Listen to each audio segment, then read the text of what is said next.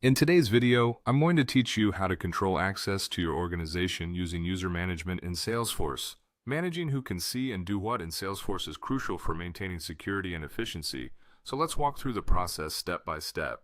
First, you'll need to log into your Salesforce account. Make sure you have the necessary admin permissions to make changes to user settings. Once you're logged in, head over to the Setup area, which you can find by clicking on the gear icon located in the top right corner of your screen. From there, open up the Advanced Setup option. This section is where you'll have access to all the tools and settings required to manage your organization's users. Now that you're in the Setup area, use the Quick Find search box at the top of the menu on the left side of your screen. Type Users into the search bar and you'll be directed to the Users page. This is where you'll manage various access settings for individuals in your organization. Next, it's important to assign profiles to your users. Profiles define the baseline permissions of what users can do within Salesforce. This includes the apps they can access and the tasks they can perform. Think of profiles as the broad strokes of what individuals in specific roles need to accomplish their jobs. By carefully assigning profiles, you create a solid foundation for access control, ensuring users can perform their functions without unnecessary permissions. In addition to profiles, you might find that certain users need extra permissions beyond the default settings.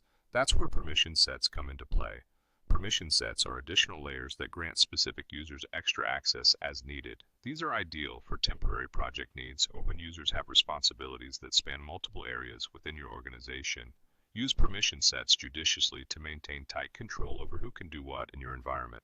Organizing users into roles is another critical aspect of managing access. Roles primarily influence data visibility within your organization, allowing you to construct a hierarchy of access. This is particularly useful when ensuring that sensitive information is only available to those who truly need it.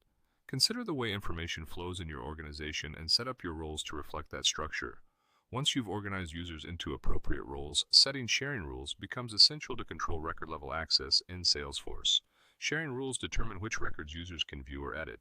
They act as another layer of security to make sure that users can only access the data they're supposed to. Take the time to define clear sharing rules to prevent unauthorized data access while maintaining operational efficiency. Finally, it's crucial to keep an eye on how these settings are being used within your Salesforce environment. You can do this by regularly monitoring login history and checking audit logs. These tools provide insights into user activity, allowing you to spot any irregularities or potential security threats.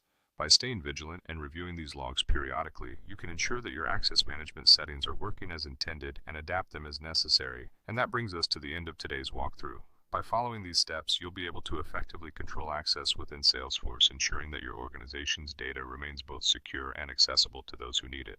Thanks for watching, and I'll see you next time.